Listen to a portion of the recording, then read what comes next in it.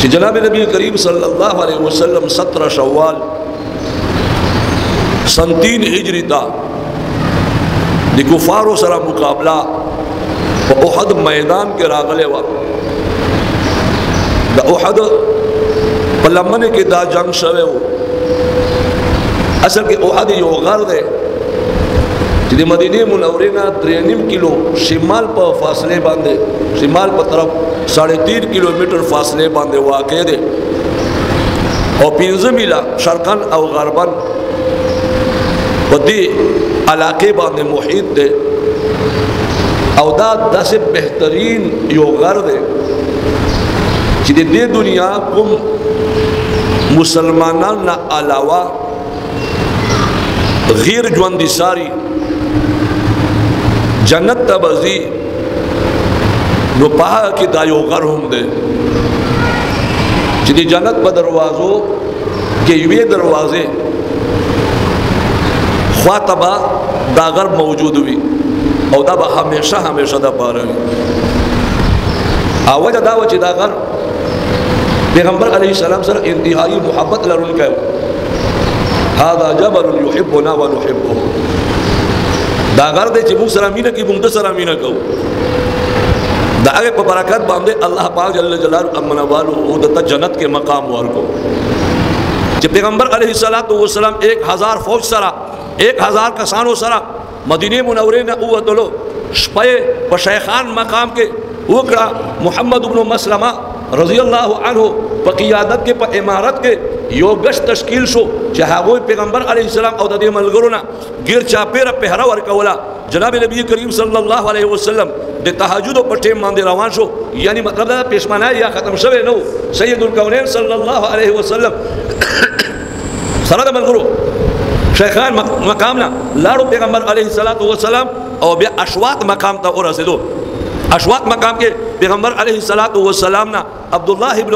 ابی سره د 300 ملګرو روان شو چې زما خبر مونږ ومنله. اوجه داوا مخینه اخوا کېدل دلته کافرانو ته ورنږدې شول چې کافرانو ته پته ولګي چې دا خو مسلمانان په دوه ټوکړو شول. یو تهائی 1/3 حصہ ترې نه جدا شو مراوره شو. نو د کافرانو به حوصله زیات شي او د مسلمانانو به حوصله وګرځي. الله تعالی جل جلاله امن والو فتح ورکون کې هم الله دې نصرت کول کې الله تعالی جل جلاله امن والو دې الله تعالی جل جلاله خلق ته ډاډ یې ورکوي او صلی جوړول الله تعالی جل جلاله امن والو کار دې. مسلمانان الله تعالی جل جلاله امن والو په بدل سره روان شول. درې ډلې جوړې دي. یو ډله د مهاجرو دي دا هغه جنډه مصعب ابن عمر رضی الله عنه تور کړی شوی دا. بل دوه ډلې د انصارو دي انصارو کې د اوس قبیله جنډه اسید ابن حذیر رضی الله عنه تور کړی شوی دا. د خزرج قبیله جنډه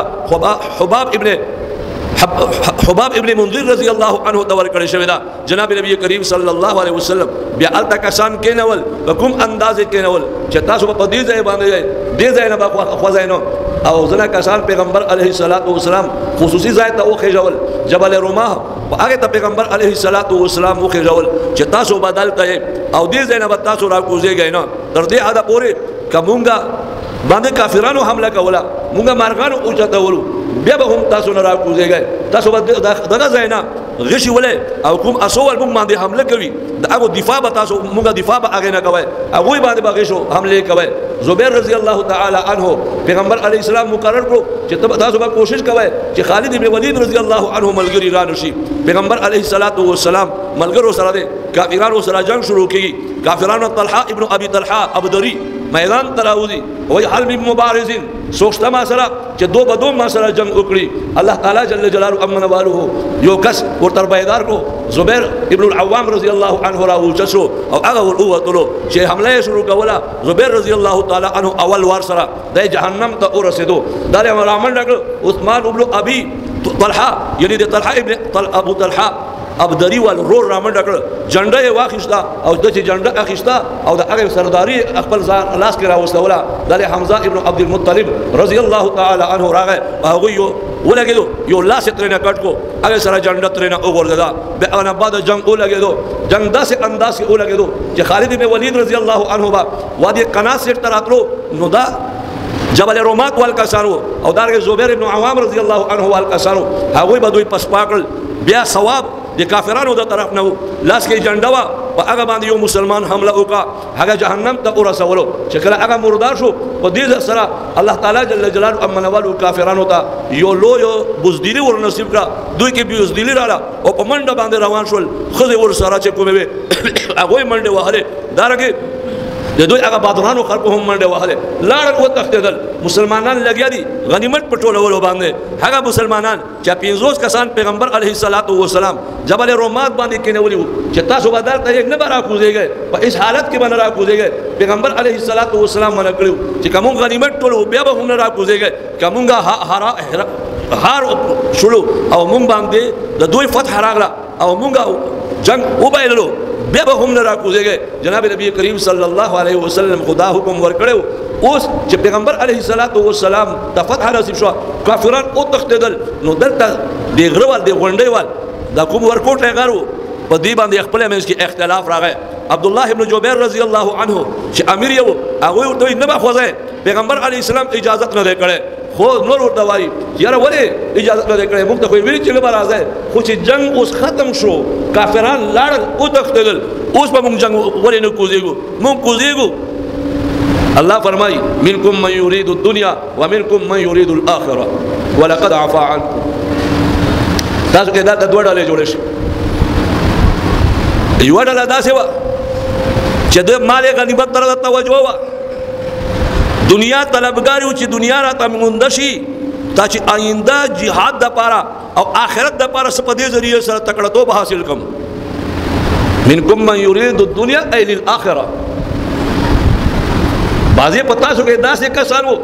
چې دنیا طلبګار و سمانا یعنی دنیا یې طلب کوله غوښتله څه دپاره چې ما خېټه مړه شي نه صحابو په بابت کې داسې سوچ کول هم دا صحیح خبره نه ده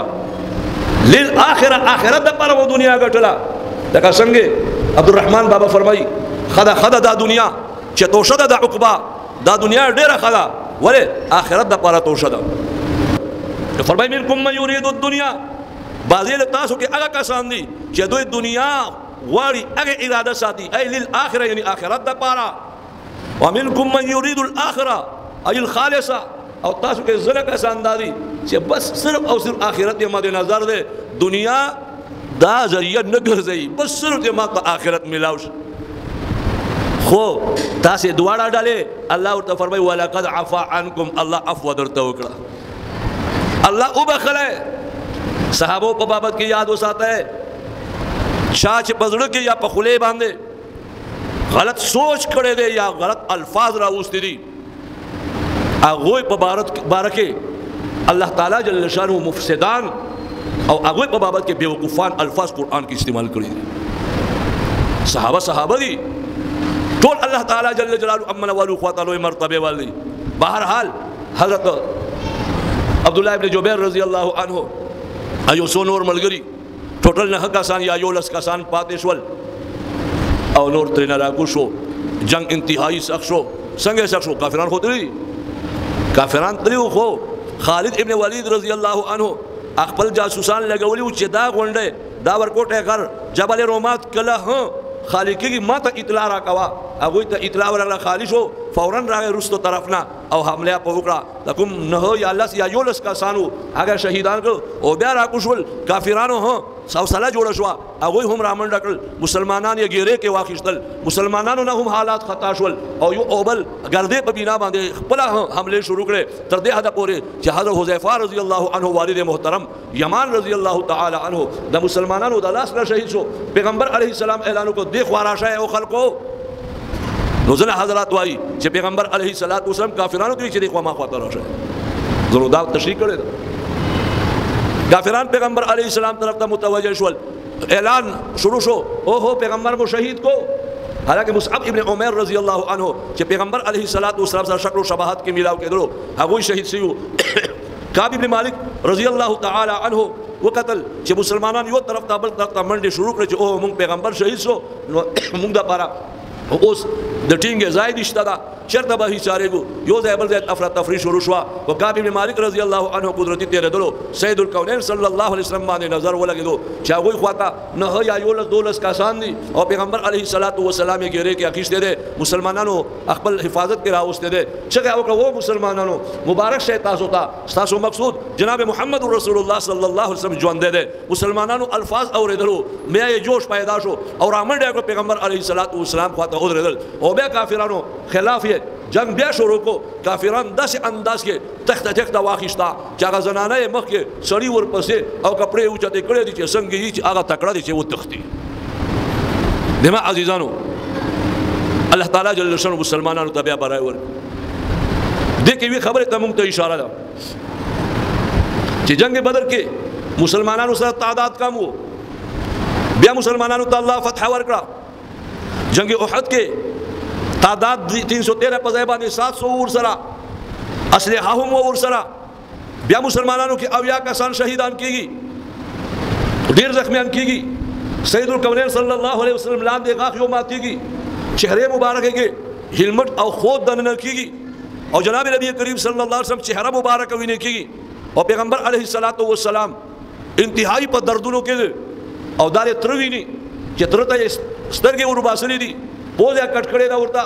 زړه ورته سیرلې ده زړه راو باسلې ده کلیجه هم راو باسلې ده هغه نه هار جوړ کړي ابو سفیان رضی الله تعالی عنہ بیبي هندا چې الله پاک ورسو ایمان ور نصیب کو رضی الله عنها دون سخته چې په دې وخت باندې د حضرت حمزه رضی الله عنه ولا کلیجه او هغه ولا ینا چیګر رخري خله کې جوړي دا چې په دې ذریعہ سره خپل سینې ته ټنډک ورسوي دون سخت دښمنی وکړه بیا جناب نبی کریم صلی الله علیه وسلم دې حالاتو کې پیغمبر علیه الصلاۃ والسلام موجود دي اصلیاشت دون شکست ولې ورغه تکلیف ولې ورسېدو وجه دادا چې په اخته باندې صحابه کرام رضی الله تعالی عنهم اجمعین سره اسنو الله پاک خلق ته ښکارا کړه لا اله الا الله کرنے والے ایک خدا صرف اللہ تعالی جل جلالہ امن والی چې در سره عمل وي یا اوسه کامیاب یې خو چې کله جناب نبی کریم صلی الله علیه وسلم سره ملګری دي اصلحه اوسه ور سره خدا پیغمبر علیه الصلاۃ والسلام یو حکم ما سو یو حکم الله تبارک وتعالى د دوی فتح په شکست باندې بدل کړه دلته محمد رسول الله طاقت ورته وخایلو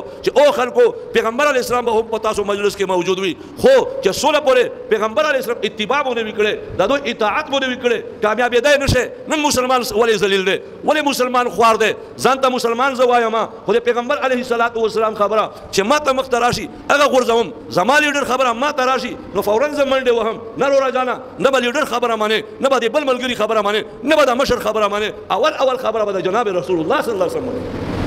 زما امیر دی زما لیډر دی زما مشر دی زما د پارټي رهنما دی ها خبره راته وکړه کچې د پیغمبر علیه الصلاۃ والسلام ارشادات مطابق وي د فرامینو مطابق وي د حکم مطابق وي مشر به خبر به منما او کچې زما د پیغمبر علیه الصلاۃ والسلام خلافي ما ته د مشر ضرورت هم نشته ما ته د مشر خبره ضرورت هم نشته